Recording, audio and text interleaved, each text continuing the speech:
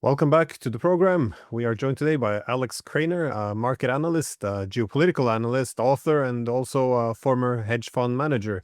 So thank you very much for coming on the program. The topic today, though, is this new U.S. national security strategy, which has been described differently by different people. Some see it as a realist a reset, others see it as strategic retrenchment.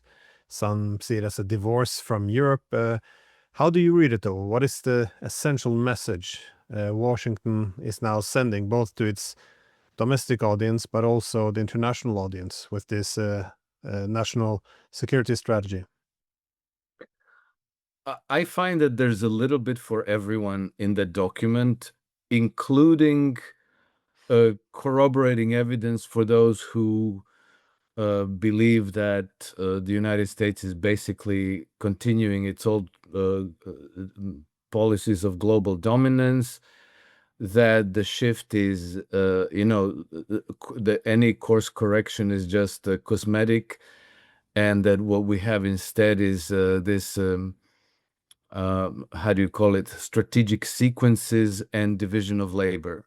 I don't read it quite that way. I think that overwhelmingly the document corroborates what Marco Rubio already announced in his confirmation hearings in January of this year, when he said that the post-World War II global order is more than obsolete, and that it has been weaponized against the United States. So if not radical, then a very substantial departure from the status quo, and rejection of the current globalist agenda, and an embrace of a multipolar global order, in which, nevertheless, the United States is not taking a modest role. They do seek to establish a dominant role in this multipolar global order, but it's nevertheless acknowledging that things are changing, that the path that the United States has been on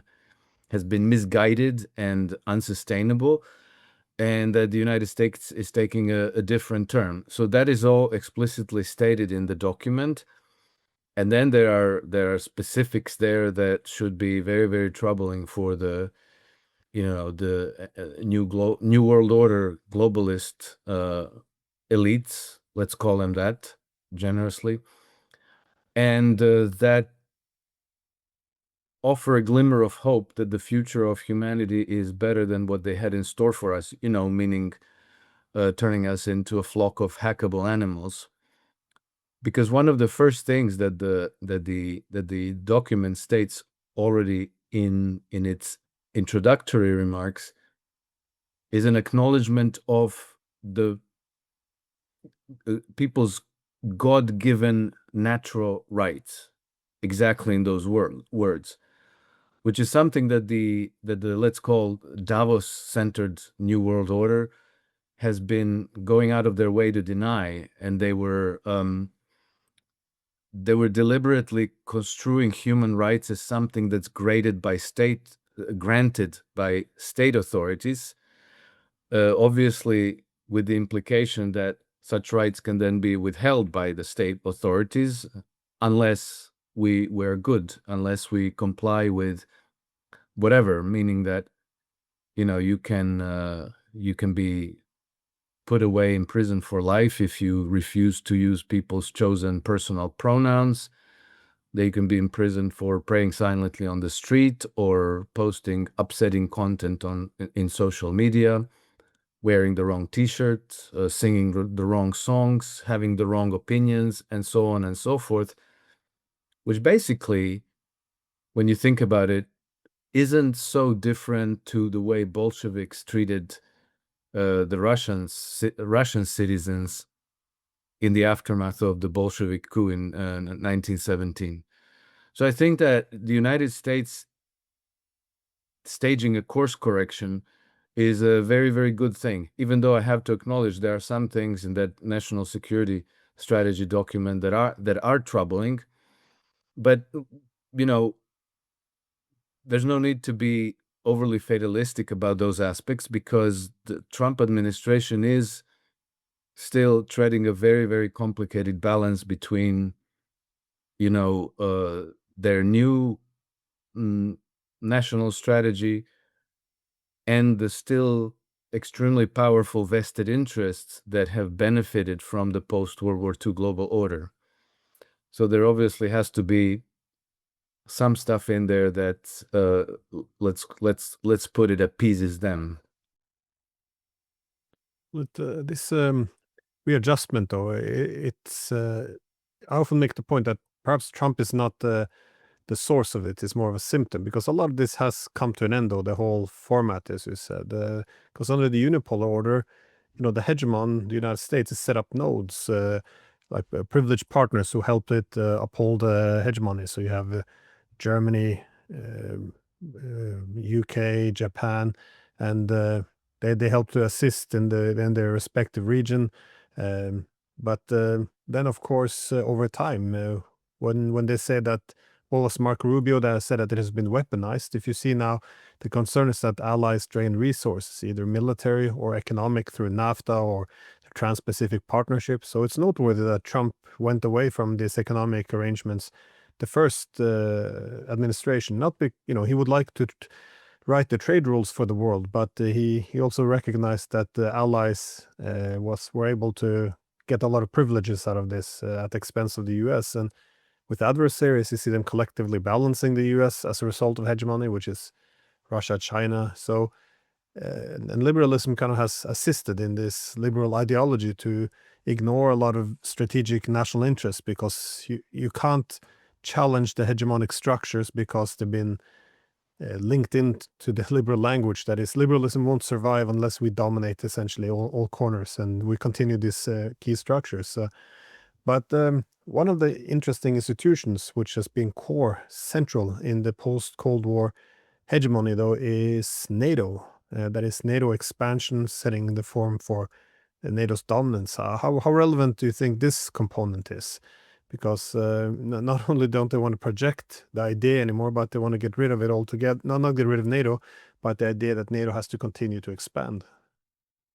Yes, the document explicitly says that perpetual expansion of NATO is a very bad idea, and that the United States no longer supports it. Furthermore, they refer to the war in Ukraine as something that has to be,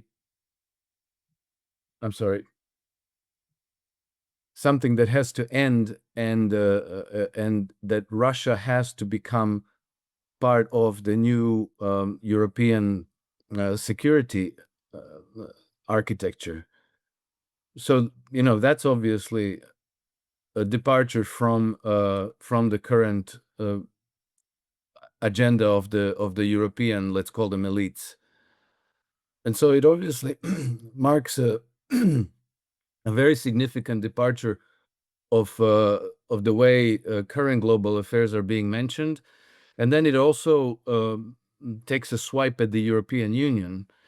And at the same time, it claims the European allies are extremely important to the United States, but they support sovereigntist movements in Europe rather than an agglomeration of the European Union into some kind of a monoculture of under the political diktat of Brussels or the city of London.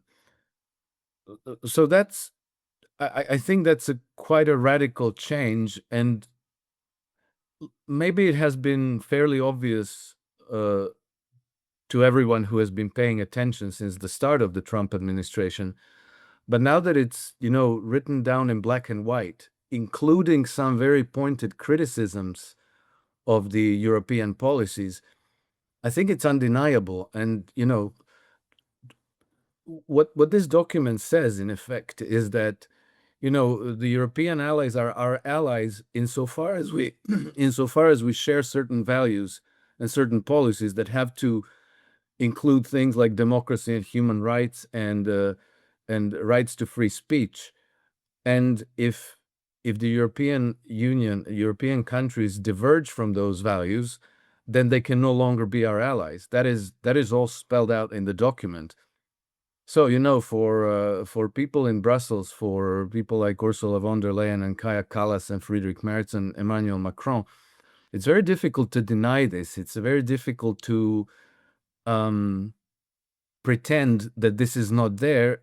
I think it strengthens the arguments of sovereigntist movements in Europe, and it very much weakens the arguments of the, pan-Europeanists who are right now hell-bent on going to war against Russia, on stomping out free speech, on canceling elections, and so forth. And so, this document is a subtle condemnation of all those tendencies, with the implication that if you go that way, we're no longer allies. Yeah, this is the going after the criticizing the EU is quite fascinating. I mean, the language there was quite strong Yes. compared to the there was not that harsh tax against Russia in any way, but against the EU, it essentially blamed the European leaders for refusing to end the war in Ukraine. It pointed at the reason towards this as them being undemocratic, authoritarian, purging media, political opposition.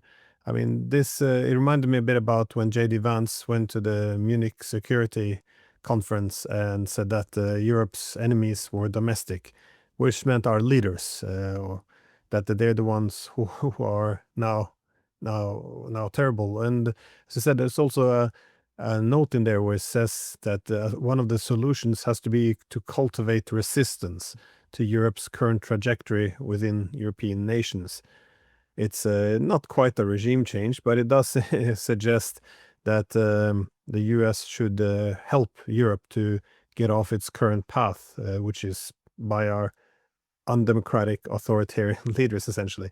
This is quite a damning document for the Europeans who've been doing the European leaders have been doing everything they can in terms of showing their obedience, hoping to win the affection of Trump.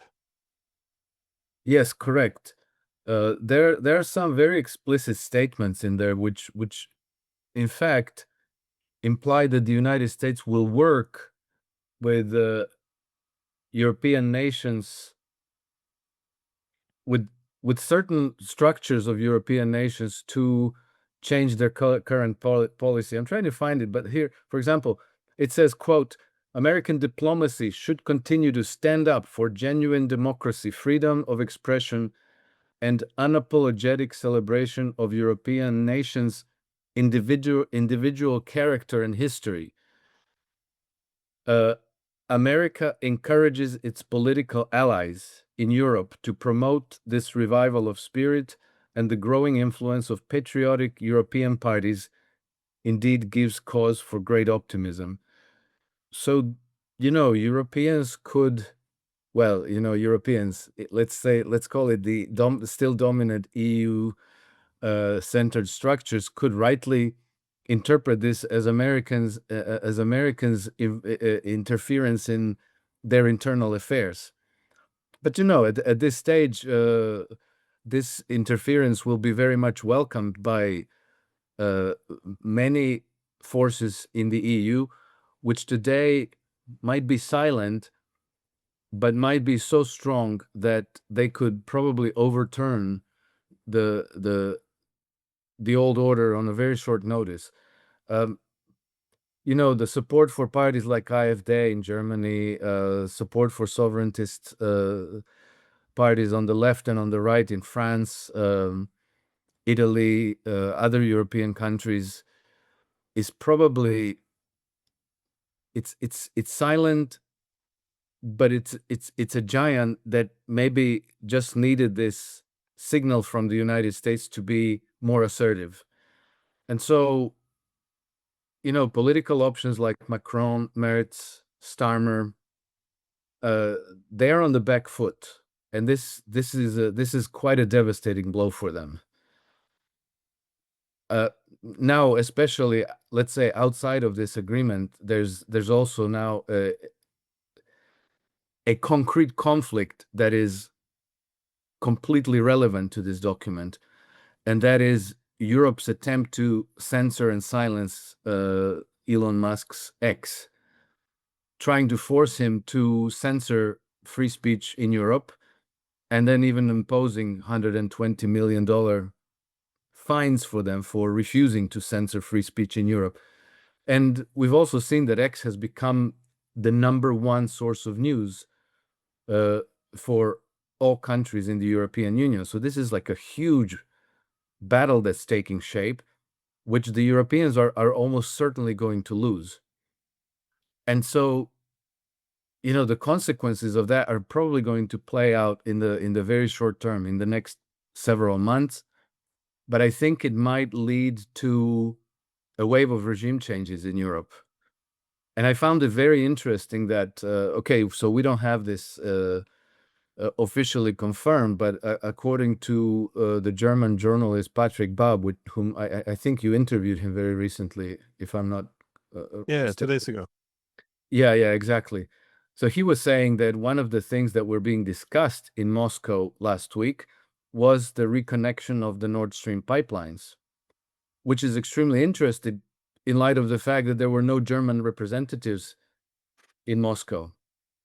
And so, to me, the implication of this is that the United States is anticipating that there will be a change in government in Germany, which, Germany is still the biggest power in Europe, in the European Union. And so that could in fact lead to the disintegration of the European Union if AfD gets to form the next government. Well, certainly a lot of the comments which came out in this new national security strategy, I think would be welcomed by AfD, Marine Le Pen, and a lot of the political forces which have been marginalized across Europe. This of course is not being received well in Europe at all. I mean, if there's anything predictable about the EU leaders is that every sentence have to be filled up with praise of their own values all the time. And I often make the point, if you have to always talk about your great values, then perhaps there's some problems there. And I don't think but there's a lot of truth to what was said. I mean, what you mentioned, all the authoritarian undemocratic developments in the EU is certainly correct, but the security document also went to discuss the civilizational irrelevance or growing irrelevance of Europe. So the share of global GDP from a 25% of global GDP in 1990 to 14 today, that's quite a dramatic decline. And of course, everything with it was referred to as cratering, or just the sharply declining birth rates, which is then fixed with mass migration. And you have all these things which are then producing a lot of social and economic problems. But how do you see the Europeans responding to this, though? Because I guess the future of Europe is quite grim here. The first thing, of course, I noticed was how the Europeans are being blamed now. The European leaders, at least, blamed for keeping the Ukraine war going, but this overarching picture of a dying European civilization. How do you see this, being received? I think as far as European Union governing structures, I think that they don't really have a response. I think that they're simply panicking and making things up as they go along. Kaya Kallas was recently in the Gulf, and she was she contradicted the Americans. She's like, Europe's share of the global GDP is 20%. So, she must be right, not 14%.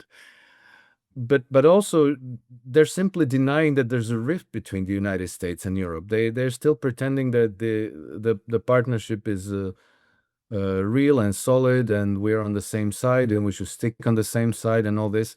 They're simply denying the fact that when the United States is reaffirming their alliance with the European allies, they're talking about individual sovereign European nations, not with the EU. So those are two very different things. But I think the more troubling reactions might come from let's say, the deep state structures. And I think that here the reactions might get very ugly. And this is not going to be discussed in the open, but they have a very long track record of taking down governments. And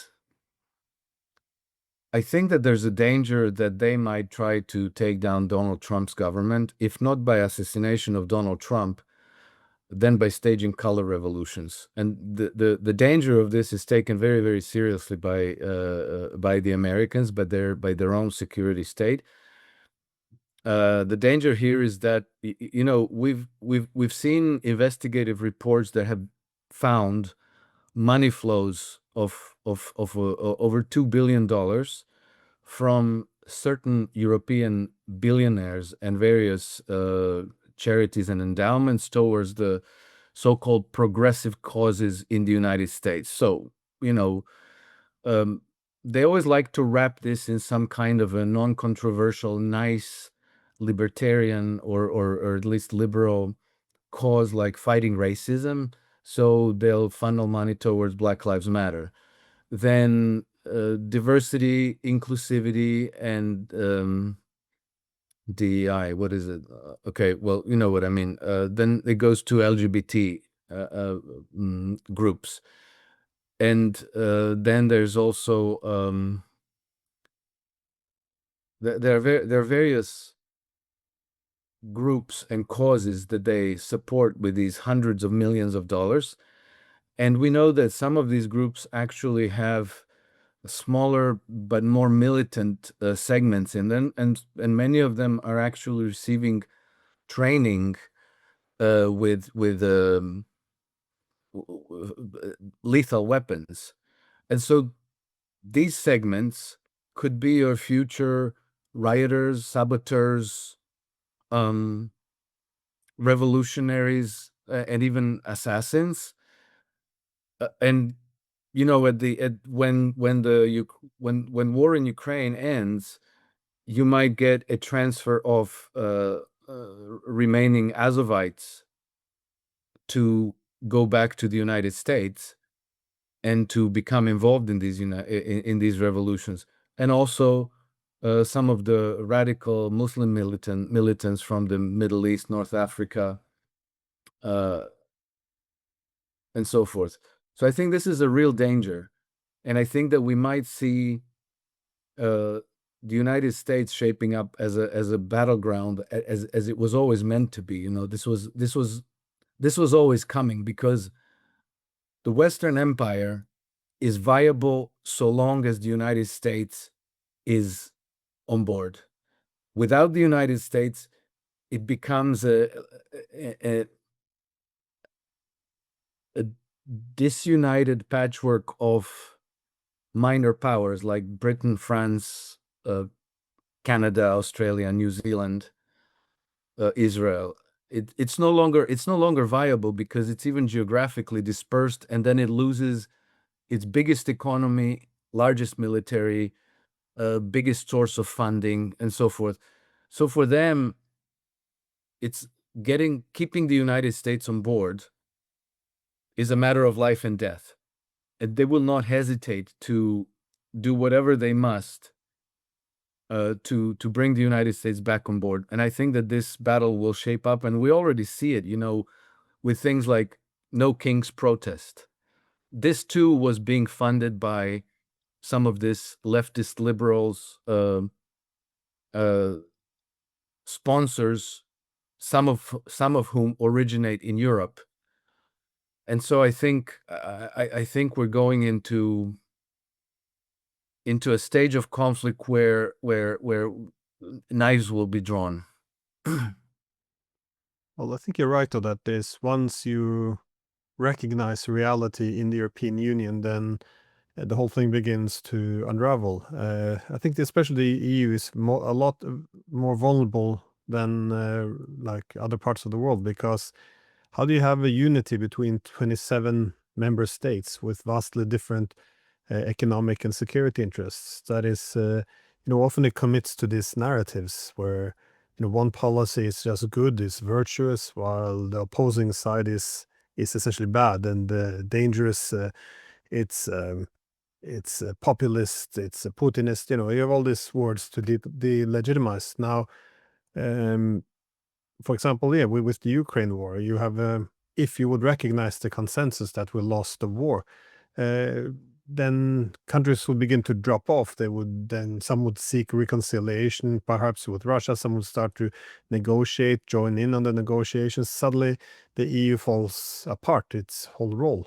Now, it's the same with this security strategy. If you recognize that the security strategy has been released and begin to discuss it, that is, that the US no longer want NATO expansion, that certainly affects the European security architecture. There's no consensus how we deal with this. If the European leaders are blamed for not ending the Ukraine war, well, that undermines our narrative that it's simply the Russians who don't want to end the war. And of course, the whole civilizational decline of Europe. Once we address this issue, we have to deal with everything from the birth rates, migration, um, the authoritarian tendencies of the political leaderships. I mean, once this is out of the bag, it will unravel almost by itself. So it's easier, I think, just to pretend as if nothing has changed. But early on, you mentioned that there's been some troubling aspects of this new security, national security strategy. What are those, in your review? Well, between the lines, there's this mercantilist motivation, basically, concerned with keeping foreign markets open to the United States goods, and almost in every paragraph that refers to global trade with allies is supplying them with weapons, which I think is it's still predicated on the idea that American military hardware and other assets are superior to those of other countries, which I think is a completely obsolete idea. It's just, they sell very expensive things. They have very limited effect in the modern warfare that is now, increasingly based on very cheap but very lethal technology, like drones and and also, on the more expensive part of the scale, the hypersonic weapons. The United States are behind in this, and it's doubtful that selling them weapon will selling their allies U.S. weapons is more than just protection racket. Meaning, we'll be allies, but you have to buy our weapons. They're useless. But like it's like when a thug on the street approaches somebody and tells them, buy a brick. It's useless. You don't need the brick, but you just they just want to take money from you. So that's troubling. But more troubling is the whole Taiwan thing, because in this national security document, the United States still claims dominance over the Eastern Pacific, the Indo-Pacific. They want to be able to deter China. They want to defend Taiwan as though it weren't, as though Taiwan was an independent nation, which it isn't. It's part of China. It's one country, two systems, two governments, but it's still China. So you're actually taking a very aggressive stance with regard to another sovereign nation and a part of its territory. So that's obviously a potential for a conflict in the future. And then, they do acknowledge that they do not have military or other kinds of power to actually confront China, but that, then that slack should be picked up by their allies like South Korea and Japan and India. But at the same time, Trump is trying to make deals with China. I think a lot of those deals are not being publicized. We don't know what they are necessarily, but I think that the discussions are more extensive than we know, and they're probably more friendly than we know. And so I think I'm not sure that this is real, because the United States definitely does want to have access to East Asian markets, because they state in that document that it accounts for now 50% of the global GDP on the purchasing power parity. So obviously the United States will be interested in keeping those markets open, keeping the trade routes open to their merchandise and their ships and so forth. But the whole idea of confronting China and maintaining this aggressive stance that could actually escalate to a hot war, I my own impression is that it's there to appease the American military-industrial complex. To stay like, hey, we're still full on board on confronting China and preparing for that war and corralling our allies in the region to confront China and so forth. But my suspicion is that that's not a real thing. That this is more a little bit of a garnish for the still very powerful globalist elites in the United States and the military-industrial complex there. It is an interesting contradiction with the whole Trump administration. On one hand, it seems genuine to want to end all the military conflicts and the wars, especially the one in Ukraine, and also adjust to the multipolar realities. That is, that the hegemonic strategy is now counterproductive and self-defeating in terms of attempting to still have the same policy. At the same time, there's this almost absurd militarism. I'm thinking from Gaza to attack on Iran, the threats against Venezuela, and of course China, that is challenging China's sovereignty over Taiwan, which is a crazy thing to do. But at the same time with China, though, he does frame the U.S.-China relationship or competition less ideological than his predecessors, and more in terms of a economic and technological rivalry. I'm wondering if this is a source for relief, because once geopolitical competition takes an ideological form, then there's often very little room for compromise. Then, it's good versus evil. Yes, Force of light exactly. versus dark. There's no room for compromise anymore. There's no competing national interests. It's just good values versus bad, where any compromise becomes appeasement. So I'm wondering if this is a positive sign that the ideological aspect out of this is gone, because once you formulate the conflict in terms of competing national interest, at least there's a pathway now for compromise, and there's a room for Yes. diplomacy. Yes, and I think that this is the let's say overwhelmingly this is what stands out from the whole document. But then there are these remnants of the entrenched old Cold War thinking, where the United States has to impose its dominance. And I'll have to read out one paragraph that to me is maybe the most troubling in the whole documents.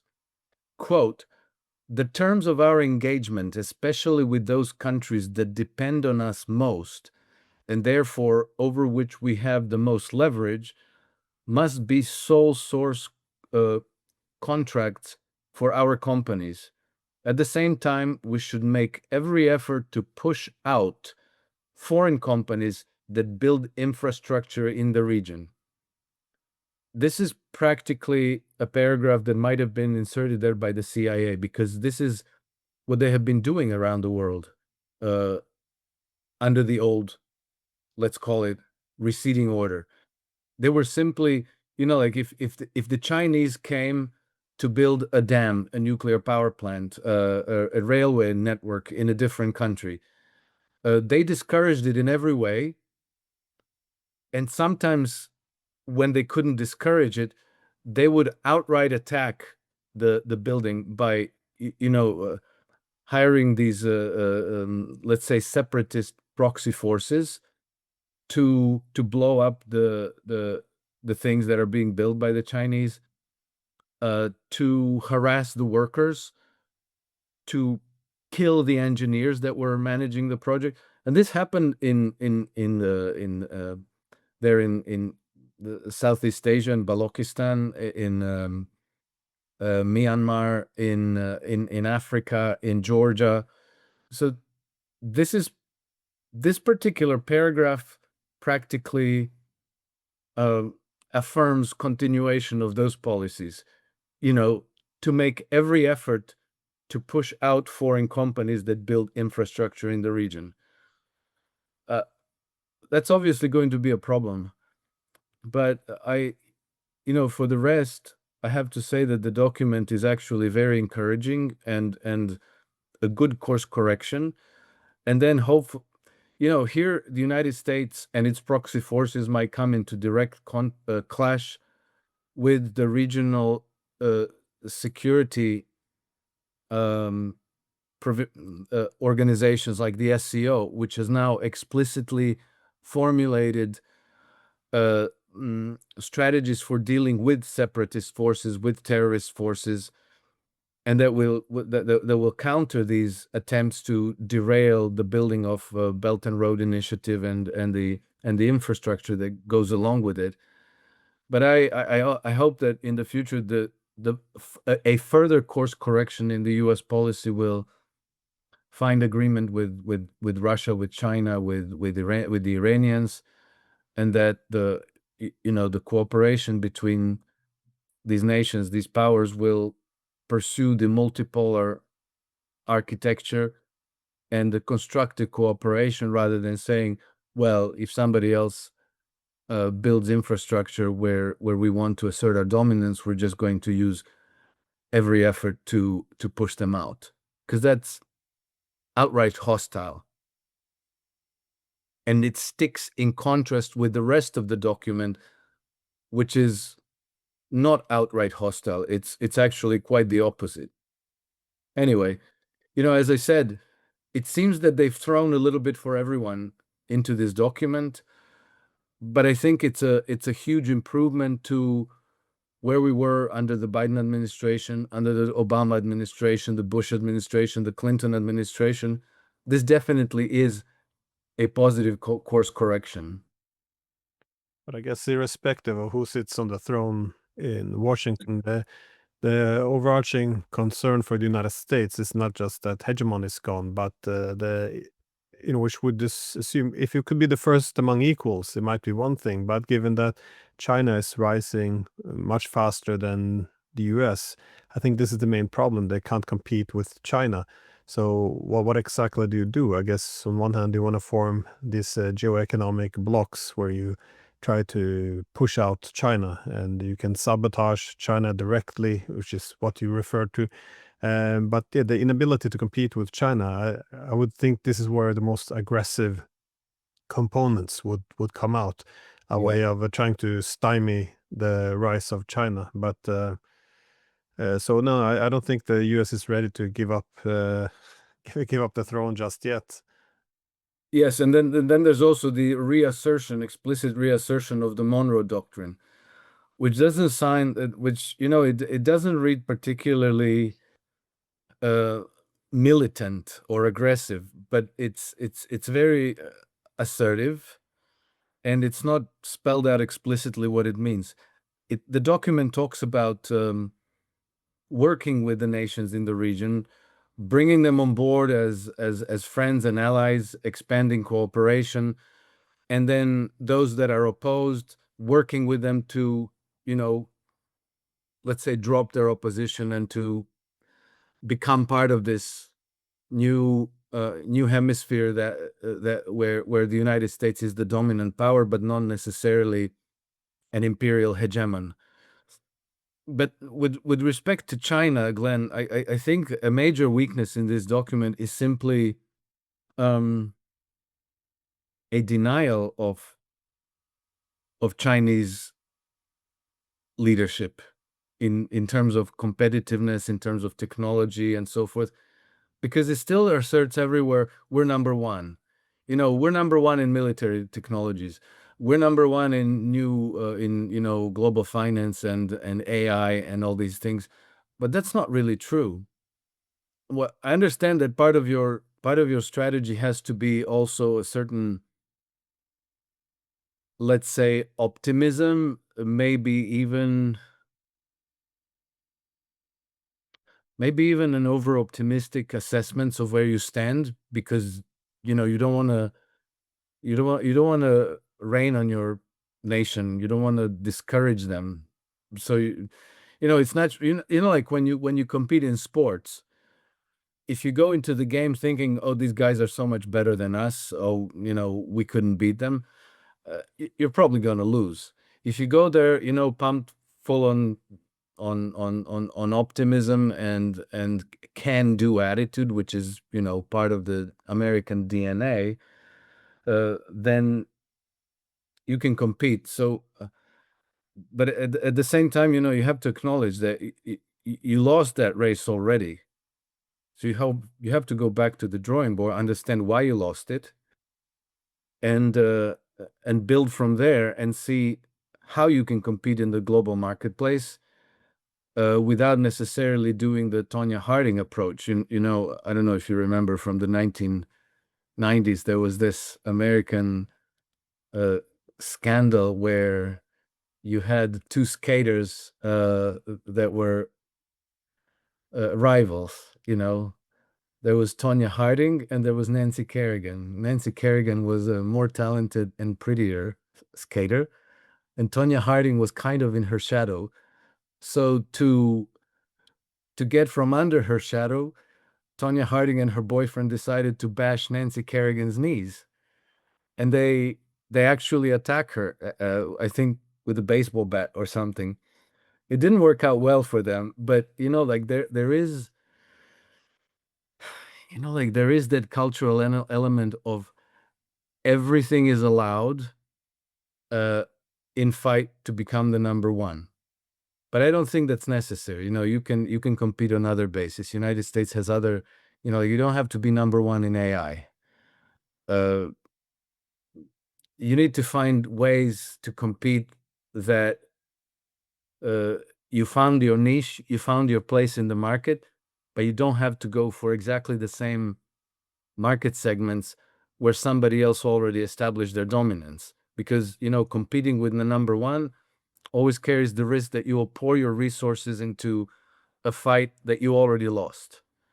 So I think that these types of documents need to also include things like imagination and creativity, rather than, pushing like a bulldozer where you're going to encounter opposition and you're going to be wasting resources on fights that you probably shouldn't fight anymore. I guess overall, the document makes a lot of sense, though. If you want to adjust to multipolarity, if you're the United States, that is, if you can't be everywhere at the same time, what do you do? Well, first, you want to make sure that you're the boss in your own neighborhood, that is, in the Western Hemisphere, which is why this revival of the Monroe Doctrine makes sense. Not that one has to support it, but they make sense. China will then, in this multipolar system, be the main rival for economic leadership. So obviously, this is where it's a bit confrontational. But instead of being too ideological, looks at the economics of it. Russia, of course, doesn't make any sense. In a unipolar world, you would push the Russians towards the Chinese. In a multipolar, you can try to bring them over to our side of the ledger, but then you have to end the Ukraine war.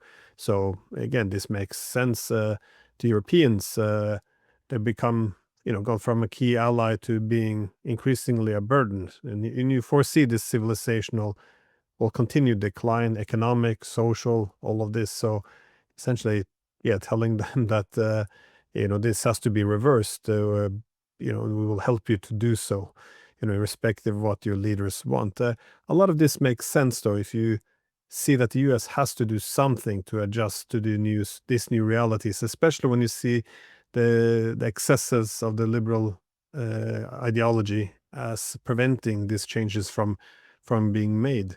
But I guess just my last question, though, is given that you focus a lot on multipolarity, how did you interpret it in a similar way, or how do you see multipolarity motivating some of this this new document?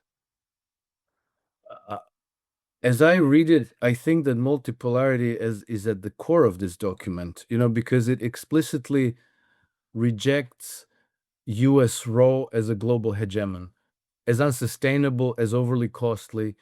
I mean, the document even takes an explicit swipe at free trade. And there's even mention of Alexander Hamilton, which is, a message between the lines of even a changing the model of economic governance. And so and explicit statements that the administration wants to make the United States into an industrial superpower, a producer. Well, if you're going to be a producer and an exporting power, then you need markets. And if you need markets, then you need uh, a large number of, let's call it affluent consumers in the world. And in that sense, I believe that the American strategy is actually complementary to the Chinese strategy, because the Chinese strategy is to create affluent markets, to, to lift hundreds of millions and billions of people out of poverty so that they become affluent consumers, so that they can afford the output of Chinese manufacturing companies. And if those markets are open to the United States, well, in that sense, United States and China share a common interest. And so that implies that you're acknowledging the other superpower as a peer, not as a vassal, but as a peer. And that to me is an implicit embrace of the multipolar global order. And then, it document also reaffirmed what Trump's speech in May in to the gathering of the Arab Gulf states, where he said we don't want any longer to impose our values, our systems of governance. We don't want to counter your traditions and your ways of governing your nations. So that's also consistent with that idea. And so anyway, long story short, I see it as a definite embrace of the multipolar global order, and as a let's say, as we are now in the 11th. No, we're in the 12th month of don't. So it hasn't been a full year that Trump has been in office. I think it's a very encouraging turn of events. If the administration is successful and it stays in power, not a given, I think they can build on this, and then the course correction can continue correcting.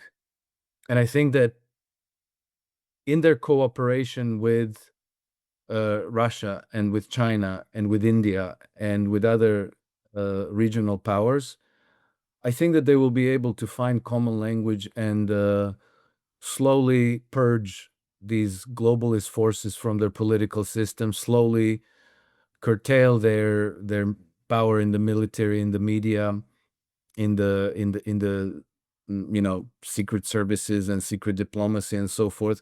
And then you'll be able to express a lot of these principles more overtly and more explicitly. Yeah. No, I did pick up on the Alexander Hamilton reference as well. Yeah, that's because interesting, isn't it? It is very interesting because they refer to, and I always make a similar point, that is that the excessive dependence on an outside partner, that this is something problematic, which the document suggests. And well, this is because this was the whole idea of Alexander Hamilton, which then produced the American system thereafter, which helped to build the United States as an industrial power, which was you need economic autonomy if you want political autonomy. If a lot of your core components or economic interests relies on a foreign power, then it's unrealistic to assume you're going to enjoy full political autonomy. And this is why back in the days, in Hamilton's days, many refer then to free trade as free trade imperialism. That's how the British would control the US, because the British had the mature industries. They had the high-tech, low-cost industries. So if you have free trade, how could American industry, which had lower tech and higher cost, compete with them? It was impossible. So that's when the term fair trade came up instead, where the principle had to be, we have to build technological and economic sovereignty to boost our political autonomy or safeguard it. And well, I think a lot of this got lost, because once the US became the hegemon, it has an incentive to embrace the same so-called free trade imperialism. That is, it had the high-tech, low-cost industries, so it just advocates free trade, which essentially the US would compete the easiest. But now we see the Chinese taking over this role that the US used to have when it has built up the most competitive industries, Yes. where would they enjoy high tech and low cost. I mean, this is why the United States can't really compete against China. So it kind of makes sense that you wouldn't want to revert a little back to the Hamiltonian economics of seeking technological and economic sovereignty. One thing I noticed, though, is all this focus as well on reindustrialization.